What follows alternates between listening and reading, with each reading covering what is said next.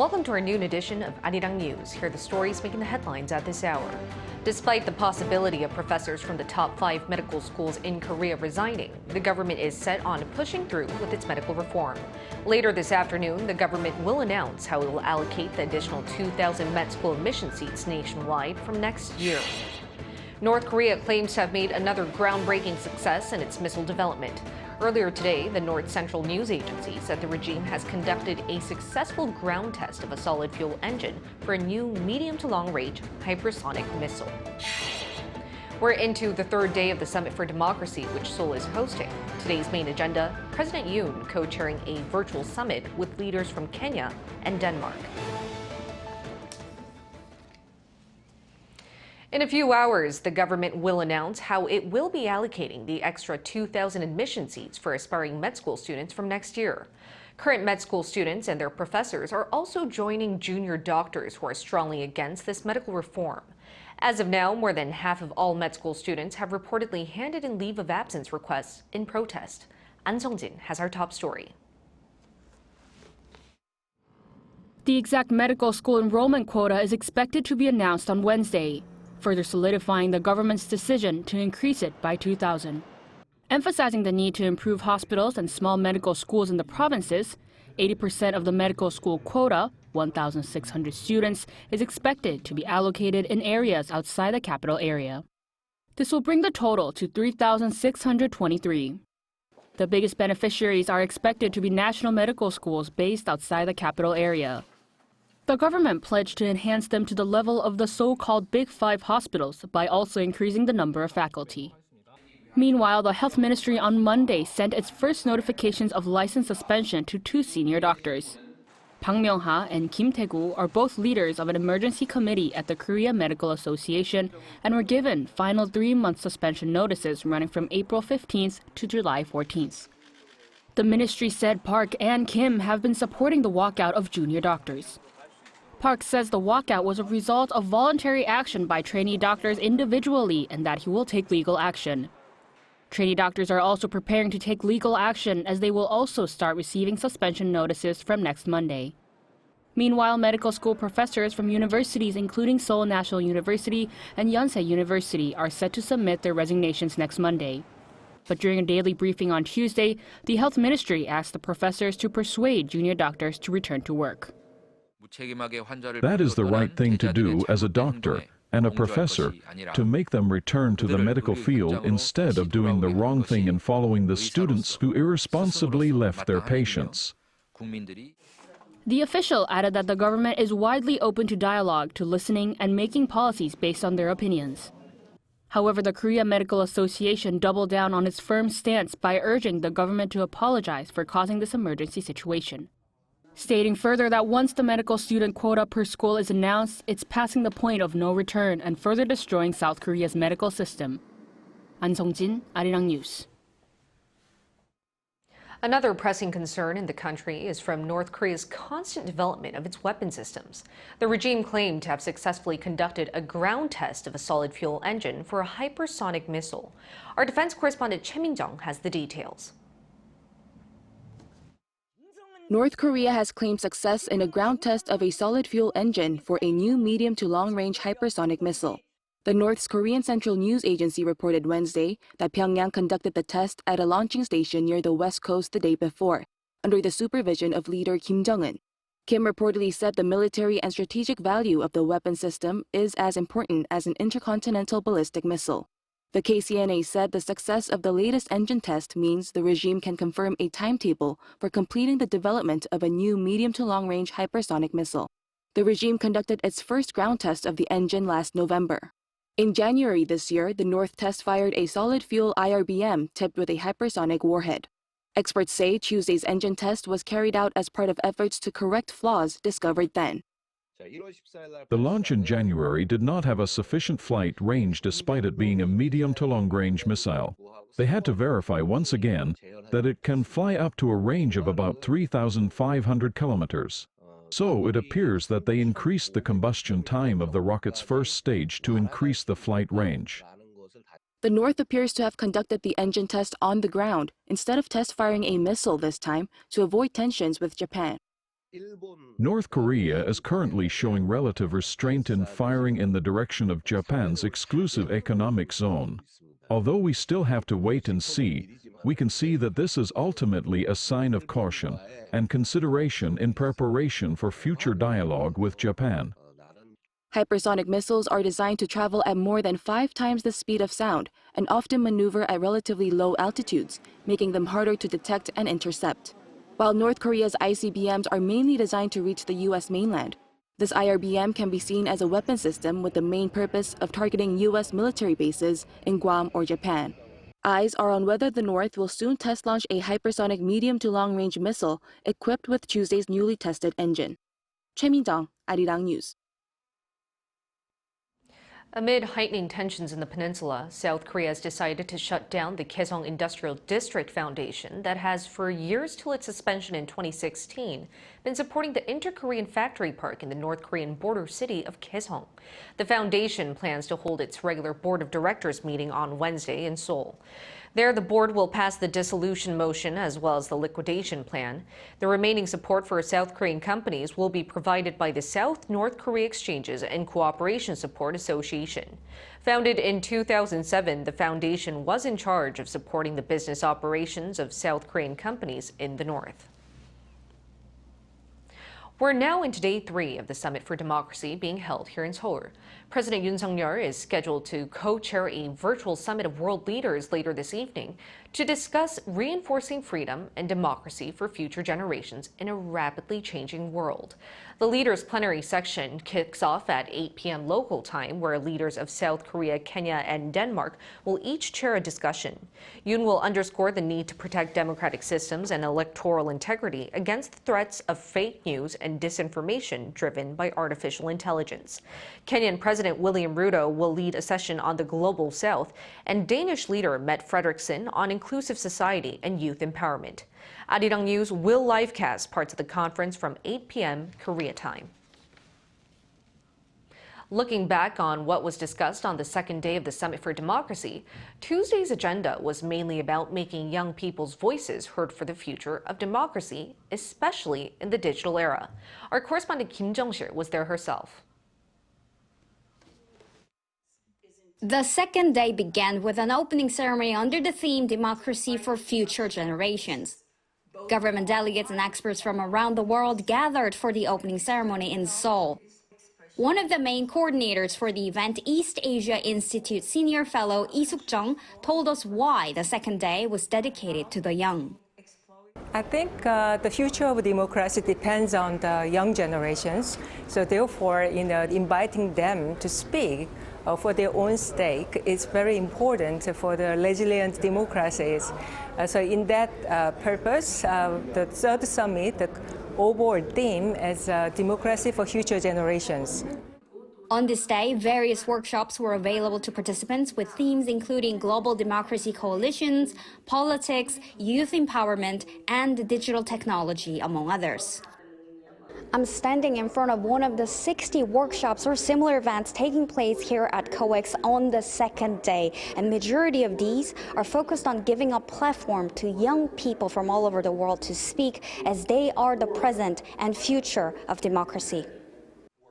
The third such U.S.-led summit is being held outside the U.S. for the first time this year. Thomas Garrett, the Secretary General for Community of Democracies, a partner for the U.S. government's Youth Democracy Network, sat down with Arirang News. We're always very impressed by the role of the people, of the masses in South Korea, from things like the Candlelight Revolution. You know, we're here for the Summit of Democracy. And one of the interesting things was when this process started, the U.S. President Joe Biden said, we need champions for democracy. And I think Korea has proven that over and over, but very much proven that they are a champion for democracy with this third summit. Secretary General Garrett added that young people are needed to revitalize democracy, especially in a time of social media that's changing the digital technology landscape. He said it is the voices of young people that are going to keep democracy alive and fresh for the next 75 years. Kim Jung-sil, Arirang News.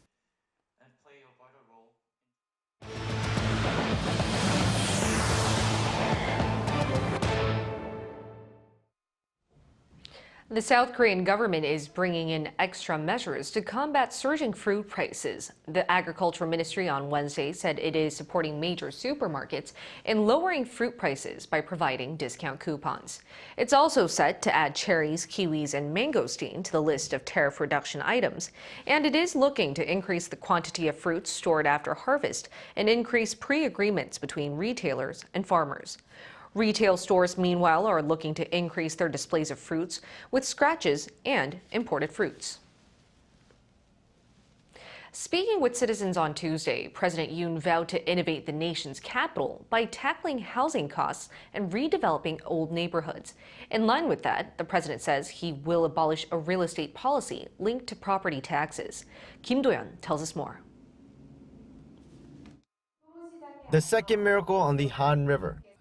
That's what President Yoon Suk-yeol called his plans to innovate the nation's capital during a policy discussion with citizens on Tuesday at an art center in the city's old industrial district of Yeongdeung-pogu.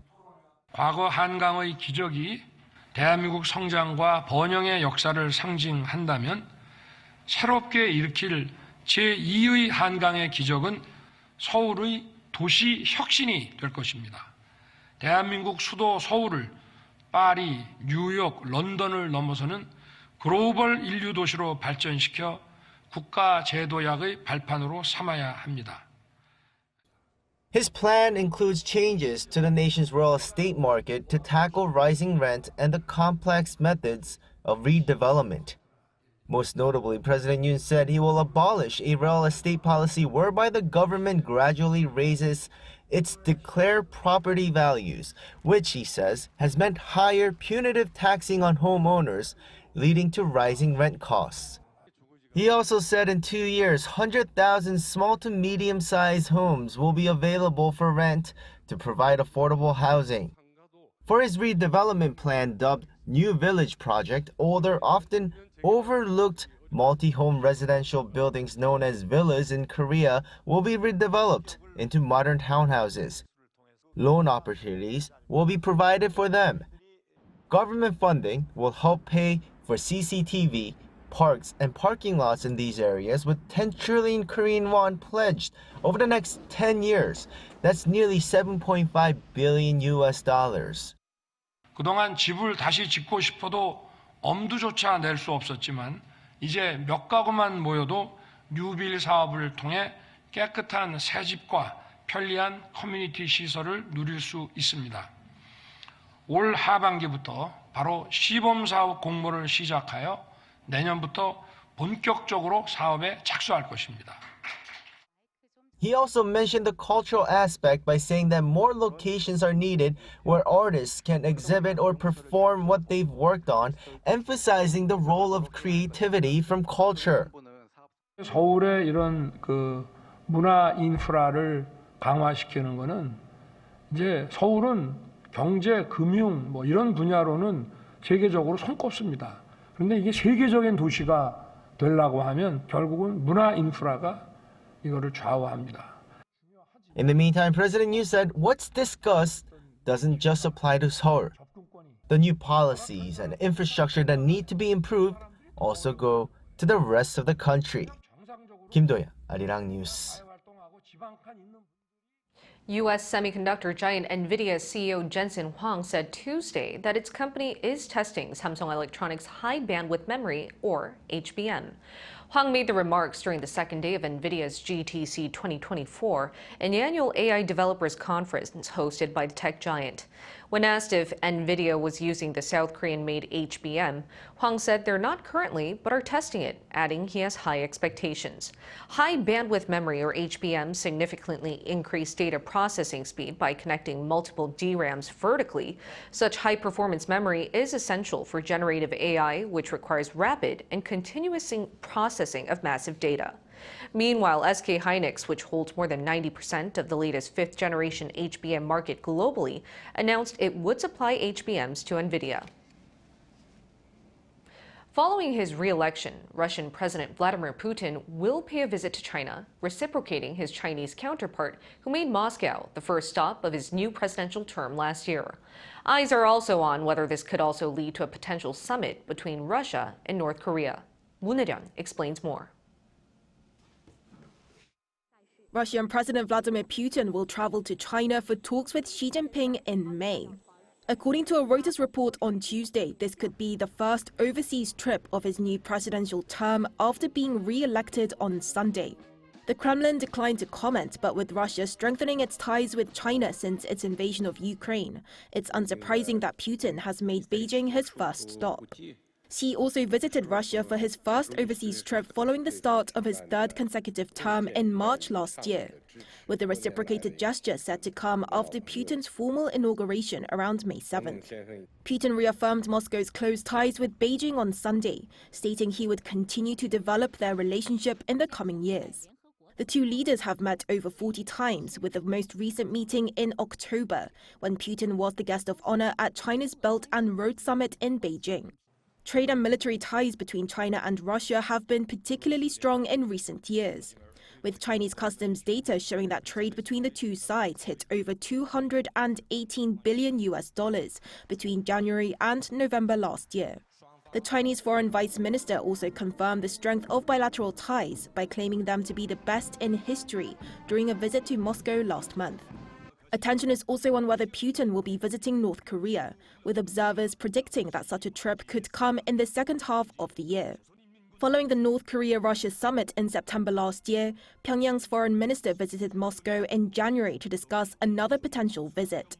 A Kremlin spokesperson said that Putin's schedule for a visit to North Korea is being coordinated through diplomatic channels, but there were no plans to visit before and immediately after the presidential election. Analysts suspect that Putin is treading carefully amid reports of an arms trade between the two sides that violate UN Security Council resolutions. Moon, Arirang News. Hong Kong's national security law was unanimously passed by its parliament on Tuesday.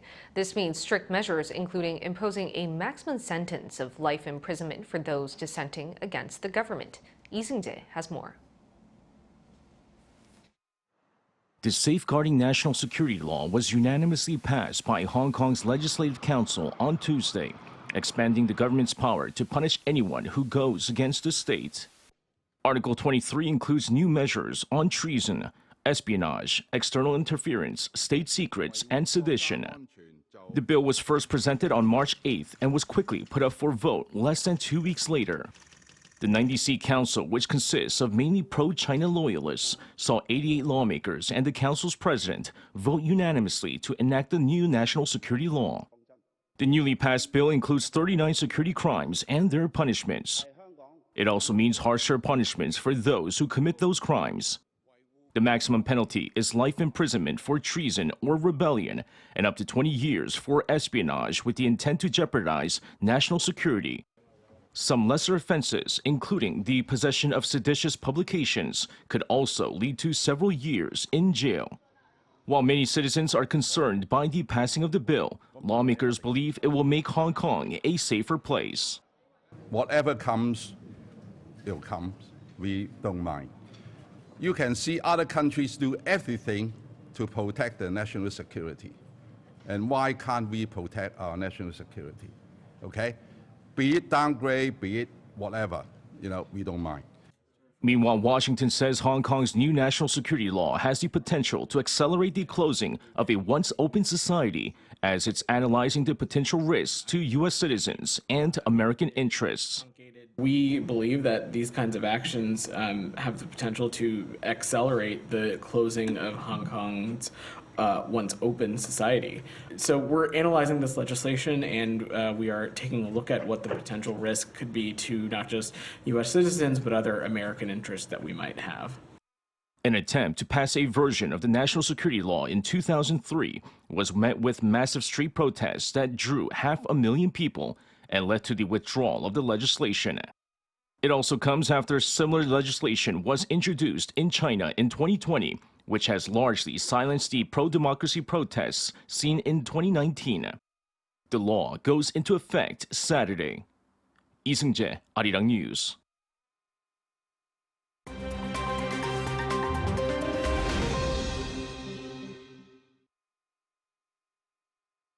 Let's take a look at the latest news in the world now.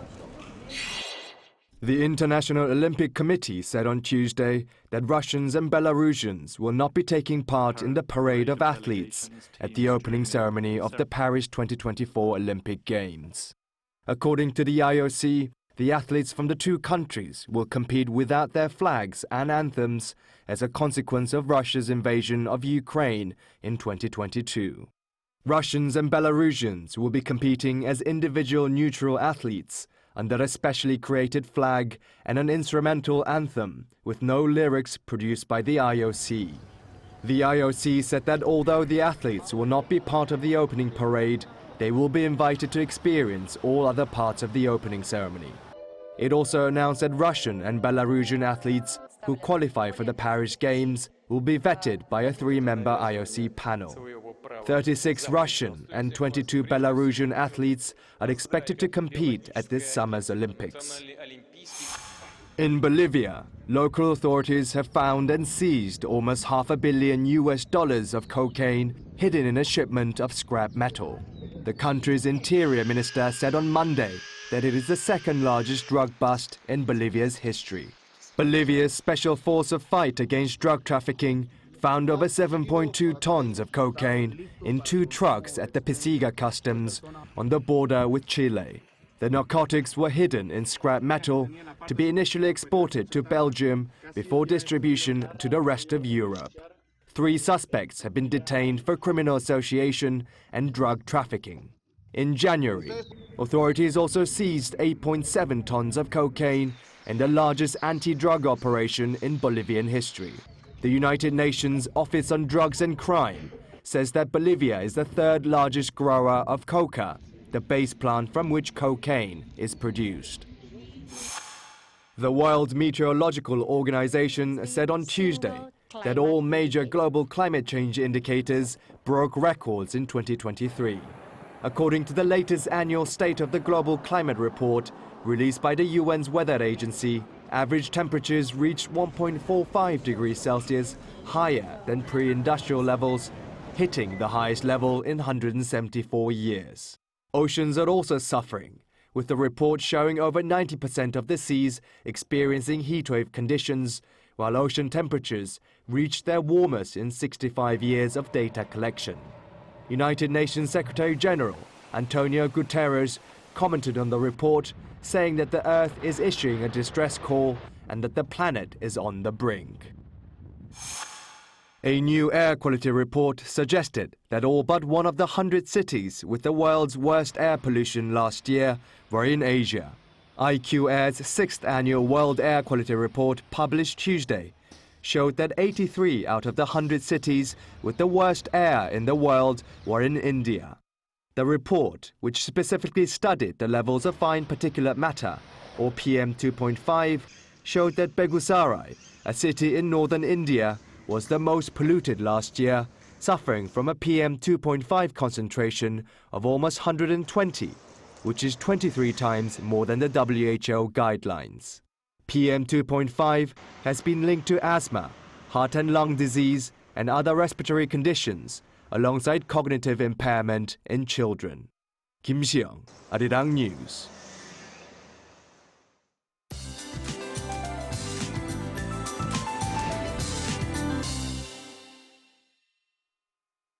Good afternoon. It's spring equinox today, but it felt more like winter this morning with feels like temperatures going down below 0 here in the capital, and it's going to be even colder tomorrow morning. You know, it's easy to catch a cold when the temperature swings like this, so take care. Meanwhile, snow continues in Gangwon-do and Gyeongsang-pukto province with 1 to 5 centimeters in the forecast today. A heavy snow advisory remains in place for Donghae and Samcheok in Gangwon-do, while coastal regions and Jeju remain under a strong wind advisory, with a dry advisory still in effect for southeast regions today.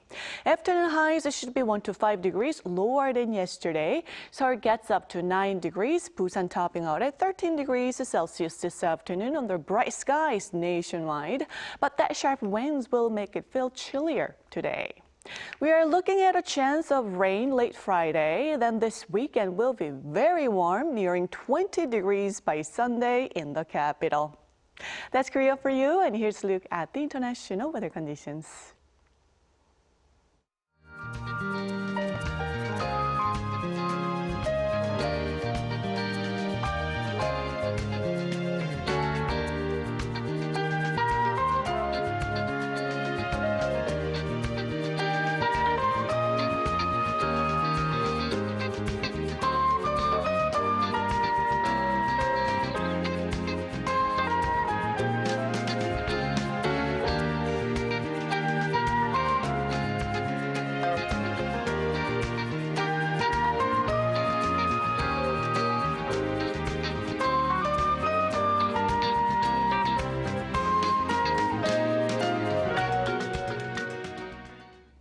That's all we have for you at this hour. We'll bring you more updates from Korea and around the world at the same time tomorrow.